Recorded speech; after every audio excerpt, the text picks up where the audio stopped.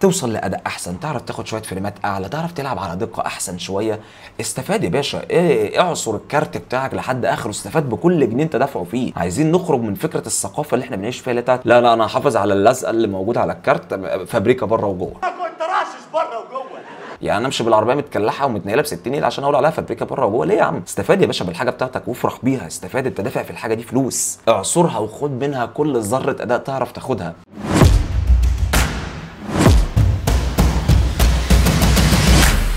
طيب اكيد كلنا لما بنيجي نلعب العاب او نشغل برامج او نعمل اي حاجه مثلا، خصوصا لما نكون جايبين جهاز قوي او جهاز سريع او جهاز المفروض ان يكون يدينا اداء مثلا احسن من اللي احنا شايفينه. انا مثلا رحت اشتريت جهاز، وقبل ما اشتريه مثلا زي ما انا احيانا كتير بعمل لما بكون بشتري كارت شاشه ومش عارفه، مثلا بروح اجيب له مقارنه من على اليوتيوب، يعني مثلا الكارت الفلاني ضد الكارت الفلاني واشوف الاداء بتاعه. لكن بستغرب مثلا ان انا بعد ما اشتريت الكارت وروحت بيه البيت وركبته والبيلد بتاعتي مظبوطه والى حد ما كبير هي قريبه من البيلد اللي انا شفت المقارنه بتاعتها، بس لا في حاجه غريبه في الاداء، في حاجه مش مظبوطه في الاداء. فاسال نفسي ازاي يا جماعه؟ ما هي دي نفس التجميعه او نفس كارت الشاشه اللي انا لسه شايف له مقارنه، او الراجل اللي في المحل قبل ما يبيعها لي كان مجرب لي تجميعه شغاله وكانت مديه الاداء الفلاني في اللعبه الفلانيه، بس انا عندي فيه مشكله، انا لسه لحد دلوقتي مش قادر افهم ايه هي المشكله دي. او مثلا عندي لعبه فيها مشكله وانا بلعبها ومش قادر افهم المشكله منين، هل في بوتل نيك من البروسيسور من كارت الشاشه؟ لا في بوتل نيك. طب ما فيش بوتل نيك، طب هل سرعه الرامات مثلا فيها مشكله؟ طب سرعه القرايه والكتابه مثلا الاتش دي دي او الاس اس دي او الام دوت 2 فيها مشكله؟ عايز ابتدي احدد وافهم المشكله دي منين. تعالوا نتعلم مع بعضينا في الفيديو بتاع النهارده ازاي نظهر الاناليتكس والمواصفات الكامله بكل التفاصيل اللي فيها للجهاز بتاعنا واحنا مشغلين اللعبه، وازاي نتعلم مع بعضينا نحدد المشكله جايه منين ونظبط السيتنجز على اساس ايه. وبالاضافه الى ان البرنامج ده فيه ميزه مهمه ان احنا ممكن نعمل شويه كسر سرعه لكارت الشاشه اللي عندنا ونحاول نطلع منه حبه اداء زياده، عشان مثلا لو النسخه اللي انا شاريها مش او سي او اوفر كلوكد او مكسوره السرعه مصنعيا، ازاي انا اديها شويه كسر سرعه اخد شويه ميجا هرتز زياده، يعني يمكن اعرف اطلع باداء كويس. ولكن الحته دي فيها نقطه مهمه جدا هنتكلم بيها في سياق الشرح بتاعنا. تعالوا مع بعضينا النهارده نشرح برنامج ام اس اي افتر بيرنر اللي بيعرض لنا كل حاجه في الجهاز بتاعنا ونقدر نحدد منه كل حاجه بتحصل في الجهاز بتاعنا ونحدد مشاكل، وكمان ممكن ندور لها على حلول او ندور لها على علاج بمعنى اصح، او ايه القطعه اللي محتاجه تتغير. تعالوا نتعلم مع بعضنا النهارده ازاي نحمل برنامج ام اس اي افتر بيرنر، وكمان ازاي نظبط كل السيتنجز بتاعته بحيث ان احنا نقدر نشوف كل حاجه بتحصل في الجهاز. وبعد ما نخلص الكلام ده كله هنشرح برضو ازاي نعمل اوفر كلوكينج شويه للكارت الشاشه بتاعنا. مبدئيا هنفتح جوجل كروم وهنكتب في السيرش بار عندنا ام اس اي افتر بيرنر، وهنبتدي نخش على الويب سايت الرسمي بتاع ام اس اي. اول ما هيفتح لنا السايت بتاع ام اس اي هنلاقي عندنا نسختين، في نسخه بيتا وفي نسخه فاينل. انا عن نفسي بحب اريح دماغي واخد دايما نسخه الفاينل. بمجرد ما ندوس عليها كليك واحده هيبتدي معانا الداونلود، مفيش مشكله، هنحمله عندنا ونحفظه وبعدين ندخل مع بعضينا على ازاي نسطب البرنامج. طيب بعد ما البرنامج خلص تحميل معانا هنا هنبتدي في مرحله السيت اب بتاعته. بينزل لنا ملف مضغوط زي ده، هناخد عليه كليك يمين ونعمل له اكستراكت على طول وندخل على الملف ونبتدي نسطب ام اس اي افتر بيرنر. طبعا هو هنا خلي بالك انت لو ما خدتش بالك هيحمل لك النورتون 360. انا عن نفسي هشيله لان انا مش بستخدمه وادي له انستول. هندي له التصاريح اللي هو محتاجها كلها، وتسطيبه زي تسطيب اي برنامج عادي. انا بس قررت ان انا اشرح تسطيبه في الفيديو عشان في حته صغيره هتحصل عايزك تاخد بالك منها، ولو جات لك ما تقلقش منها. هنقول له نيكست وهنوافق على الاتفاقيات وهنقول نيكست تمام مفيش مشكله. لازم نحمل الريفا تونر ستاتيك سيرفر ده، هنحتاجه، ما تشيلش المارك اللي عليه. نيكست مفيش مشكله، هيحمل في ديسك السي او في الديسك اللي انت عندك فيه الويندوز ايا كان ايه هو. نيكست مفيش مشكله تمام. ركز معايا، بعد ما بيخلص سيت اب الاولاني هيفتح لك سيت اب جديد من نفسه هيبتدي يشتغل معانا زي اللي هيطلع لنا دلوقتي ده. مفيش مشكله، ده الانديكيتور او ده المسؤول عن ان هو يعرض لك الاستاتيكس على الجهاز. هنقول له اوكي مفيش مشكله. طبعا هو بيديني التنبيه ده لان ام اس اي افتر بيرنر انا لسه مسحه من عندي عشان نسطبه تاني مع بعضينا. فاقول له مفيش مشكله، يس نيكست اكسبت نيكست انستول، وهنستناه يخلص. هنشيل شو ريدمي ونديله فينش. تمام. ران ام اس اي افتر بيرنر هنسيبها ونديله فينش. كده ام اس اي افتر بيرنر خلص وفتح الواجهه بتاعته قدامنا. بيقول لنا ان في تحديث جديد، مش مشكله انا هتجاهله عادي دلوقتي. بكل بساطه الواجهه دي هنرجع نتكلم فيها تاني، ولكن اشرح لك بكل بساطه ده الميجا هرتز اللي كارت الشاشه شغال عليها دلوقتي، واستهلاك الرام بتاعته ودرجه الحراره بتاعته. خلي بالك ان كارت الشاشه اللي انا بشتغل عليه في التجميع دي دلوقتي هو الار اكس 570. هنلاقي عندنا شويه حاجات هنا هنرجع نشرحها فيما بعد، وهنشرح ان احنا ازاي بنقدر نعمل منها اوفر كلوكينج. ولكن اللي يهمنا دلوقتي ان احنا محتاجين الاول نظهر كل الاحصائيات بتاعه الجهاز في الالعاب. هنيجي عند علامه السيتنج اللي اللي هنا دي كده هيظهر لنا قائمه السيتنج دي، هنبتدي نمشي فيها خطوه خطوه. عندك هنا في الاول الجنرال، انا مش محتاج العب فيها دلوقتي في حاجه. الفان مفيش مشكله. هنيجي عند اهم خانه عندنا وهي خانه المونيتورنج. دي الخانه اللي بتظهر لك كل حاجه من هنا انت هتحددها يا ترى بتعمل ايه. في شويه حاجات كده اساسيين لازم نختارهم، وفي حاجات كتيره انت ممكن تقلب فيها وتبتدي تفهم ايه اللي بيحصل فيها. تعال نمشي مع بعضينا خطوه خطوه في الحاجات اللي انا على طول بشغلها دايما عندي عشان اقدر اتابع استهلاك الجهاز عندي واتابع كل حاجه فيه. ولكن بعد ما بتخلص المشكله اللي عندك، حاول لو مثلا شكل الاحصائيات اللي ظهر لك مضايقك، حاول مثلا، انا واحد من الناس بقلق دايما من درجات الحراره مثلا، بحيث ان احنا في الصيف وكده، فبسيب دايما درجه حراره الجي بي يو والسي بي يو هي اللي ظاهره قدامي طالما انا ما عنديش اي مشاكل ومش محتاج اعرف اي استهلاك حاجه ثانيه. ولكن في البدايه دلوقتي لازم نظهر كل حاجه احنا محتاجينها وكل حاجه ممكن نستفاد منها، وهوريك كمان ازاي تسمي القطعه بتاعتك سواء للمعالج او كارت الشاشه، وازاي تظهر شويه حاجات هتفهمك ايه اللي بيحصل في اللعبه اللي انت مشغلها او ايه اللي بيحصل في الجهاز او في البرنامج اللي انت فاتحه. لان خلي بالك ان MSI افتر بيرنر بيظهر مع البرامج مثلا اللي بتشتغل زي المحاكيات، بيشتغل مع المحاكيات، برامج 3 دي، برامج الريندرنج، كل ده بيظهر معاه وبيشتغل. لازم تبتدي تعرف جهازك بيعمل ايه الدنيا دايره فين، البوتل نيك جاي منين. طيب مبدئيا عشان تظهر اي خانه عندك، مش معنى ان احنا مثلا دوسنا على الصح اللي جنبها دي كده معناها انها ظهرت جوه، لا، عمرها ما هتظهر جوه البرنامج. لازم نعمل لها شو اون سكرين ديسبلاي، هنديها شو اون سكرين ديسبلاي. وخلي بالك بقى من حاجه مهمه قوي، قصاد شو اون سكرين ديسبلاي هيقول لك اظهرها لك كتكست ولا جراف ولا تكست اند جراف. في حاجات هنظهرها تكست بس، وفي حاجات هنظهرها تكست وجراف عشان نقدر نتابع حاجات معينه. انا مثلا عايز اتابع الفريكونسي او التردد بتاع الرام مثلا، يكون مثلا في مشكله مثلا جايه من الرام ولا حاجه. الجراف ده انا هوريه لك دلوقتي لما نبتدي نشغل اللعبه ونشوف ايه اللي بيحصل جواها. كل البساطه ان هو بيعمل لك حاجه كده عامله زي رسم القلب، الجراف خالص عامل زي رسم القلب، بيقول لك ايه اللي بيحصل. دي دايما وابدا انا بحب اظهرها مع الفريم بتاع اللعبه عشان اشوف الدروبات اللي بتحصل كل قد ايه، وابتدي احاول احدد الدروبات دي سببها ايه. انا مثلا بالنسبه للجي بي يو تمبريتشر حاسبها تكست مفيش مشكله فيها. ننزل تحت شويه هنا هتلاقي في اوفررايد جراف نيم، خلي بالك دي علمها وسمي كارت الشاشه بتاعك عشان تقدر مثلا لو انت بتسجل فيديو زي حالاتي مثلا او محتاج تعرف حاجه، او عشان سرعه اللخبطه مثلا. انا ما خلاص انا مش هقعد اقرا بقى ده جي بي يو ولا سي بي يو، خلاص انا على طول هسميها. انا مثلا هسمي الكارت عندي RX 570 مفيش اي مشكله. نيجي على الحاجه اللي بعدها اللي احنا محتاجينها، الجي بي يو ستيج، لازم نظهرها عشان نقدر نعرف البرنامج او اللعبه اللي احنا فاتحينها مستهلكه قد ايه من كارت الشاشه بتاعنا. هنخليها على التكست مفيش مشكله، واوفررايد جراف نيم وهسميه برضو. ننزل شويه عندنا هنلاقي الميموري يوسيج، محتاجينها لازم نظهرها عشان نقدر نعرف اللعبه اللي احنا مشغلينها مستهلكه كام جيجا من الفي رام مثلا بتاعت كارت الشاشه بتاعي. انا عايز اعرف كارت الشاشه مستهلك منه قد ايه، وهل كارت الشاشه شغال مرتاح ولا مضغوط. انا هظهر الميموري يوسيج وهعمل لها شو اون سكرين ديسبلاي تكست تمام، اوفررايد، وهسمي كارت الشاشه بتاعي. خلي بالك انا بعملها في كل واحده لان البرنامج بيفصل على مزاجه، مش كل الحاجات ممكن تظهر لك في سطر واحد، ممكن تلاقي مثلا حاجات كارت الشاشه منقسمه على سطرين، مفيش مشكله على حسب كم الحاجات اللي انت بتظهرها. هننزل عندنا هتلاقي فيه الكور كلوك، محتاج تظهرها، انا مش محتاجها دلوقتي. انا مثلا بحتاج اظهر الباور، عايز اعرف مثلا عشان لو انا خايف من الباور سبلاي اللي عندي ولا حاجه، عايز اعرف الكارت الشاشه اللي عندي بيستهلك قد ايه. الفان سبيد انا هشغلها مثلا، احنا في الصيف محتاج اعرف المروح برضو شغاله على اخرها، الكارت بيتعصر ولا الموضوع رايح فين،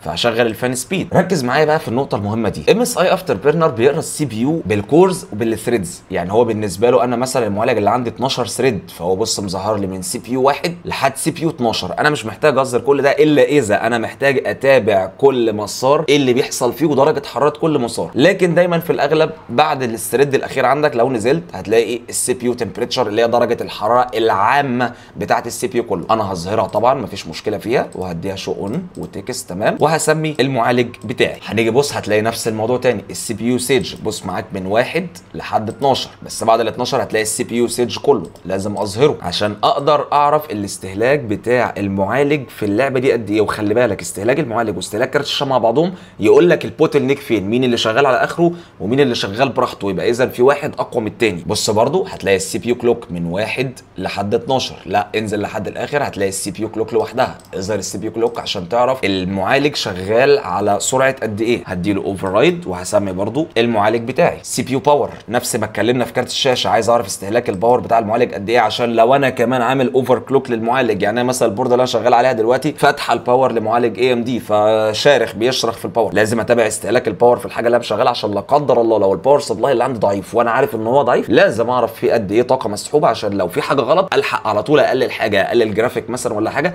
عشان اخف الحمل على الباور سبلاي شويه. طبعا لازم اظهر الرام يوسج عشان اقدر اعرف اللعبه اللي انا فاتحها مستهلكه قد ايه من الرام. الرام يوسج زي ما هي مفيش مشكله. نيجي بقى عند الحته المهمه اللي انا محتاجك تعرف: الفريم ريت، الفريم تايم، المين، الافريج، الماكس. انا محتاج مثلا دلوقتي انا عايز اظهر الفريم ريت عشان اعرف اللعبه في الوقت الحالي شغاله عندي على كام فريم.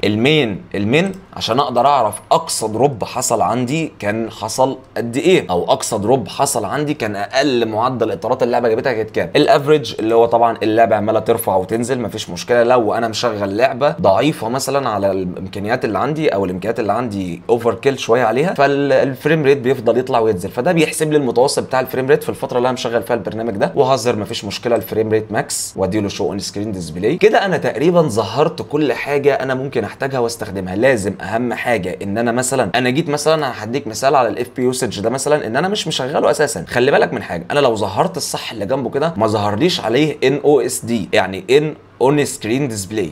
بص كده، عشان ان اون سكرين ديسبلاي تظهر لازم اعمل شو ان اون سكرين ديسبلاي. طالما دي ظهرت يبقى البرنامج او الملف ده او الحاجه دي هتظهر معايا جوه اللعبه. في فكره كمان حلوه هننفذها لما نيجي نجرب دلوقتي، ولكن تعالى ندي ابلاي بشكل مبدئي دلوقتي، وهبتدي افتح لعبه مثلا زي جاست كوز 3 اللي احنا لسه عاملين عنها فيديو قريب. زي ما انت شايف معايا في الشاشه ظهر عندنا قدام على الشمال شويه حاجات مهمه: الجي بي يو تمبريتشر. جنب الجي بي يو تمبريتشر الجي بي يو يوسج بيستهلك كام في الميه من قوه المعالج عندي او كارت الشاشه عندي، وجنبيها الواتج او الطاقه اللي الكارت بيسحبها. انزل تحتيه شويه هتلاقيه بيقول لك هو مستهلك قد ايه من الفي رام بتاعت كارت الشاشه اللي هي الميموري. انزل تحتيها هتلاقي عندك السي بي يو 67 درجه مثلا درجه الحراره، بعديها الاستهلاك، بعديها الكلوك سبيد او السرعه بتاعته، وبعديها استهلاك الطاقه اللي هو مستهلكه. مثلا انا عشان فاتح له حد الطاقه فهيعدي ال 60 واحيانا ممكن يوصل ل 80 عادي. انزل بقى تحتيها هتلاقي الرام، استهلاك الرامات. يعني مثلا اللعبه في الوقت الحالي مستهلكه عندي 11 جيجا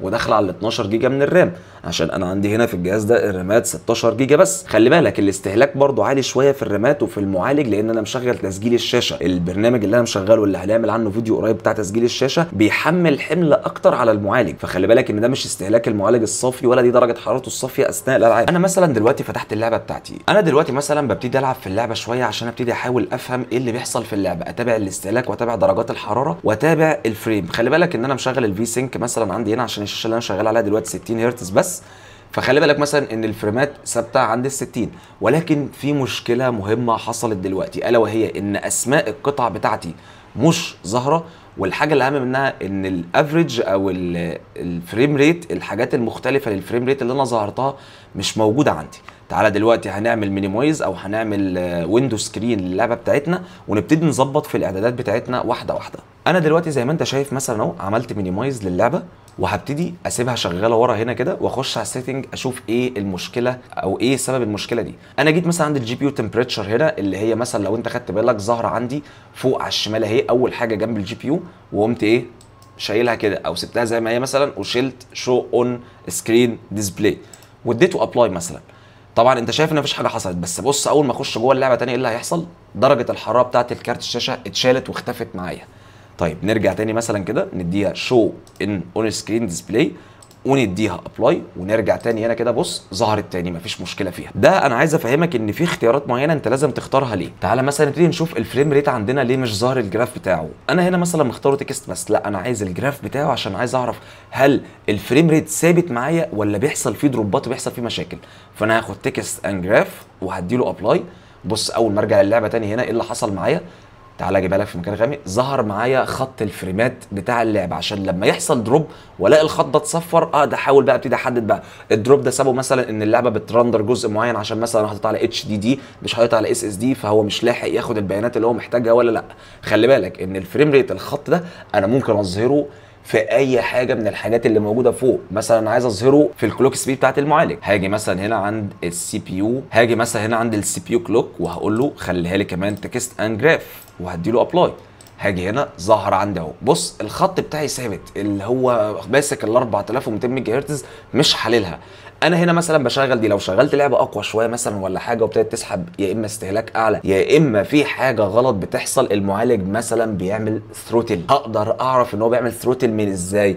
انا قدامي درجه حراره المعالج وقدامي الكلوك سبيد بتاعته. فجاه المعالج مثلا وصل درجه حراره 70 80 وفجاه بدا السرعه بتاعته تنزل، كده ابتديت احدد ان انا عندي مشكله، ان المعالج بيعمل ثروتلينج بسبب درجه الحراره. الحق بسرعه على طول، عندك مشكله في التبريد، يا اما المعجون بايظ يا اما في مشكله في التهويه في الكيسه، يا اما مثلا التبريد اللي عندك مش مكفي المعالج اللي انت حاطه. مثلا انا حاطط معالج اقتصادي غلبان عادي خالص، المروحه اللي راكبه عليه مكفياه وزياده، لكن انت مثلا حاطط معالج كي او حاطط معالج قوي، الخط ده هيعرفك ان في ثروتل ولا مفيش ثروتل اثناء تشغيل اللعبه او البرنامج اللي انت مشغله. طيب احنا مثلا دلوقتي كان عندنا مشكله هنا انا كنت غلطان فيها مثلا من شويه، الا وهي ان اسم كارت الشاشه عندي مش ظاهر، فانا ما كنتش فاهم المشكله دي سببها ايه، بس انا طلعت ناسي حاجه مهمه لازم اعرفها لك دلوقتي عشان كلمه جي بي يو دي تتشال ويظهر لك مكانها اسم كارت الشاشه.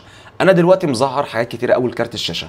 بص مثلا كده، انا لو رجعت على ام اس اي افتر بيرنر هنا مثلا واخترت الجي بي يو تمبريتشر بس، انا لما عملت الاوفر رايد نيم عملته للجراف بس. خلي بالك ان انا دلوقتي مظهر تكست فقط لا غير، مش مظهر جراف. بص مثلا دلوقتي انا لو جيت عملتها تكست اند جراف وديته ابلاي مثلا، في جراف زياده هيزيد عندنا هنا بس هو متسمي باسم كارت الشاشه وظاهر لي جراف اهو على درجات الحراره بتاعت كارت الشاشه. مثلا هي عماله طالعه نازله اهي، مثلا هي دلوقتي 55 طلعت شويه بقت 56 اهي. بص ارجع ورا شويه مثلا، لا دي كانت طالعه عن كده شويه. فبكل بساطه ان انا هرجع لام اس اي افتر بيرنر هنا واعمل له اوفر رايت جروب نيم عشان يغير اسم كل حاجه مختصه بكارت الشاشه. هاجي هنا ايه اسميها ار اكس 570 وادي له ابلاي. بص بقى اللي حصل هنا كده مثلا، خلاص سمالي كارت الشاشه، بس طبعا حصلت مشكله ان بقيه الخصائص او الاناليتكس بتاع كارت الشاشه نزلت لوحدها في خانه لوحدها. فانا بكل بساطه هرجع على ام اس اي افتر بيرنر هنا واجي عند كل حاجه تخص كارت الشاشه احطها في الجروب بتاعها واسميها تاني وخلاص على كده اهو. بص مثلا كده بقى الار اكس 570 جنبيه درجه الحراره، جنبيه الاستهلاك، جنبيه الميموري بتاعته كمان اللي انا مستهلكها. هو الكارت 4 جيجا انا مستهلك منه 3800، ده معناه ان اللعبه تقريبا مشغله الكارت على اقصى اداء ليه، ساحب 67 واط. حلو الكلام ده. تعال نعمل نفس الحركه مع البروسيسور او مع المعالج عشان نقدر برضو نعيد تسميه كل حاجه فيه. هاجي عند سي بي يو تمبريتشر هنا وهاخد الاسم اللي انا محتاجه اهو واظهره هنا كمان، وادي عندنا المعالج اسمه هو كمان اتغير وظهرت كل حاجه خاصه بيه. عندي الرام ظاهره وكل حاجه عندي مظبوطه ما فيهاش اي مشاكل. طيب بالنسبه لمشكله الفريم ريت على حسب البحث السريع اللي انا عملته، عشان انا اخر مره عملت الحركه دي كانت من فتره للاسف. طيب نرجع تاني للمشكله اللي بتظهر كتير، اللي هي ليه الفريم ريت المين والافريج والماكس مش ظاهرين مع ان انا مشغلهم عادي خالص وكلهم اون سكرين ديسبلاي ومفيش اي مشكله، لكن بص هنا كده مش ظاهر لي غير الدايركتس اللي اللعبه شغال عليه وعادي الفريمات. ده يرجع لنقطه صغنطوطه خالص هعلمها لك، غالبا ممكن ما تلاقيش حد كتير قالها في الفيديوهات بتاعته قبل كده. كل اللي انت محتاجه ان انت محتاج تيجي عند السهم اللي تحت عندنا هنا خالص ده بتاع التري ده، وتفتح الريفا تونر ستاتكس سيرفر. هتدوس عليه دبل كليك كده هيفتح لك الشاشه اللطيفه جدا دي. هتيجي عند السيت اب هنا وهتنزل في الجنرال هنا، هتنزل عن compatibility properties، هتعمل enable benchmark mode وتقول له اوكي. بص بقى اللي هيحصل هنا، شايف المنظر؟ هنقفل دي دلوقتي عشان مش محتاجينها. بص اللي هيحصل هنا، فاكر المنظر اللي كان موجود هنا؟ بص بقى عامل ازاي؟ بقى عندك الفريم ريت والمين والافريج والماكس. بص بس مثلا لو كده جينا نلعب شويه مثلا كده، هو لحد دلوقتي طبعا مش قادر يحسب اللو اقل فريم ريت ايه اللي حصل فيه، لان الحمد لله اللعبه ما قابلتش مثلا اي دروب فريم شديد ولا حاجه، فهو ظاهر لك الماكس. طيب احنا كده يعني مش فاهمين حاجه، احنا ما ممكن نتلخبط وانسى مين الاماكس ومين المين ومين الكلام ده كله. فاحنا بكل بساطه هنوقف اللعبه ونرجع البرنامج بتاعنا هنا.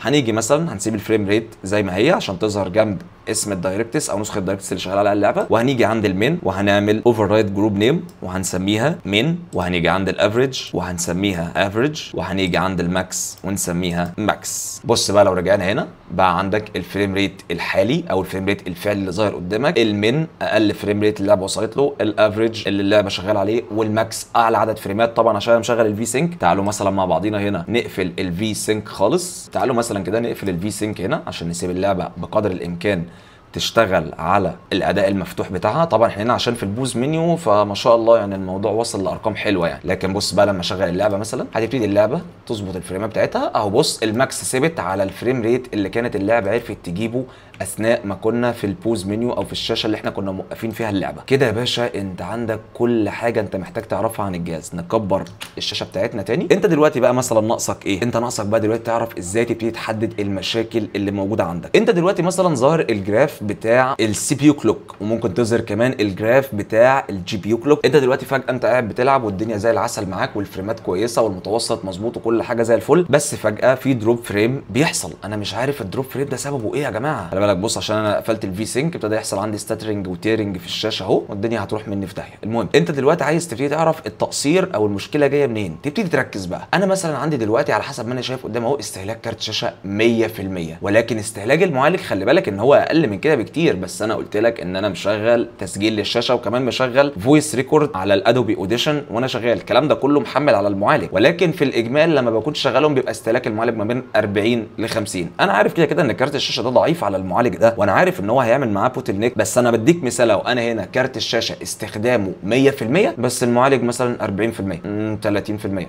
50%، كده انا ابتديت اعرف ان انا عندي بوتل نيك من كارت الشاشه. المعالج قوي على كارت الشاشه اللي عندي، يبقى اذا انا محتاج اعمل ابجريد لكارت الشاشه بتاعي. طيب جيت مثلا لا لقيت ان انا عندي المعالج هو اللي استهلاكه على الاخر لكن كارت الشاشه مش شغال على الاخر، وده اللي بيحصل معايا كتير. خلي بالك في التجميعه الثانيه اللي فيها ال 12400 مع ال 4070 سوبر، ان انا على طول بلاقي استهلاك كارت شاشه نايم خالص مرتاح والمعالج بيتشمط على اخره، مش قادر يتنفس. فكده انا كده عارف ان انا عندي في التجميعه الثانيه في بوتل نيك جاي من المعالج الناحيه الثانيه. طيب انا جيت فجاه لقيت في دروب فريم شديد، اروح ابص على الكلوك سبيد، اوبا بدل 4200 لقيت الكلوك سبيد بقت 3000 ونص. كده في ثروتلينج، المعالج بيخفض الترددات بتاعته والاداء بتاعه. اذا انا عندي مشكله حراره، واحتمال تكون مشكله طاقه، ان المعالج مش قادر يسحب الطاقه اللي هو محتاجها كلها، الباور سبلاي مش مكفيه يسحب الطاقه اللي هو محتاجها او اللي ناقصاه كلها. فاذا انا محتاج لو المشكله ابص عيني على طول على درجه الحراره، لو درجه الحراره مظبوطه خلاص يبقى انا كده عندي مشكله من استهلاك الطاقه، واحتمال يكون عندي فيه مشكله في المعالج نفسه، بس دي احتمالات ضعيفه. الفكره ان انا قدرت احدد الاسباب اللي موجوده ايه. ناقصني ايه؟ ناقصني التشخيص امره سهل. لو احترت قوي ممكن تسال اي حد، ولو احترت خالص يا باشا اعمل سيرش على ريديت او اي حاجه، او اي حد هتلاقيه على اليوتيوب متكلم عن المشكله دي. يا جماعه والله انا عندي استهلاك المعالج كذا، او المعالج بيعمل ثروتلينج، بس الاحصائيات. لان انت لو دخلت تسال في اي كوميونتي على المشكله اللي انت بتتعرض لها، اول سؤال هيتسال لك الاستاتكس بتاعتك ايه، درجات الحراره بتقول ايه، المعالج عندك بيقول ايه، كارت الشاشه بيقول ايه، درجات الحراره ايه هي، استهلاك الطاقه ايه هو. انت كده ابتديت تقدر تحط ايدك ويبقى معاك ستاتكس لايه اللي بيحصل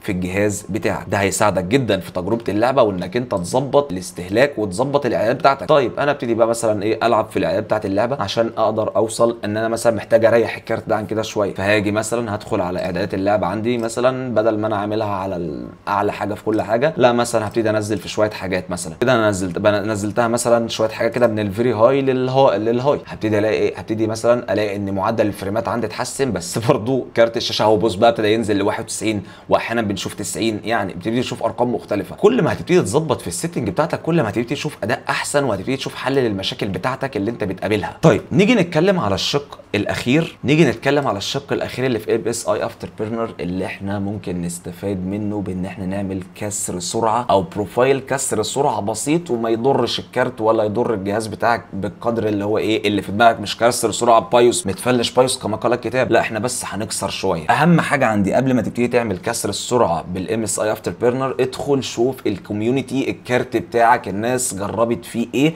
او امن كسر سرعه للكارت بتاعك لحد كام. هتيجي عندك هتلاقي في الكلوك سبيد هنا في الكور كلوك الميجا هرتز. بص الكارت بتاعي مقفول على 1281 اللي هو جاي من البايوس بتاعه. خلي بالك ان انا ممكن عليه ال 1600، بس خلي بالك هيحصل معاك مشاكل معينه. من اهم المشاكل دي اللي قابلتني ان انت هيحصل عندك كراشز ومشاكل في الالعاب. خلي بالك ان هيحصل معاك كراشز في الالعاب. انا مثلا لما دورت للكارت ده لقيت ان مثلا تعال نعمل ريست ليه، لقيت ان احسن حاجه ليه ان انا ممكن اعليه 100 او 200 ميجا هرتز. فانا كنت مثلا ممكن اخليه بدل 1281 دي مثلا ممكن اخليه 1400، عليته هو 150 ميجا هرتز. طيب الميموري كلوك احنا كده علينا الكور كلوك، انا مثلا ممكن كمان الميموري كلوك اقدر ارفع فيها كمان 100 على حسب ما انا كنت مدور في الكارت بتاعي، فخليتها دي 1600 1850. كده احنا امورنا تمام. الحمد لله امورنا تمام لان انا مدور قبل كده. خلي بالك ان في عندك فولتج هنا انت ممكن تفتحها بس مش مفتوحه لكل الكروت، لازم يكون الكارت بتاعك يقبل كارت السرعه، يقبل كسر السرعه عشان يقدر يخلي الكارت يسحب اداء او طاقه اعلى من اللي هو محتاجها. عندك هنا الباور ليميت، خلي بالك ان هو اخره انت ممكن ترفعه بلس 50 تخليه يسحب 50 زياده، والتمبريتشر ليميت ليميت موجوده قدامك. الفان سبيد خلي بالك انت ممكن تحركها من هنا، بس خلي بالك لو جيت تحركها كده مش هتتحرك. هي شغاله على الاوتو مود،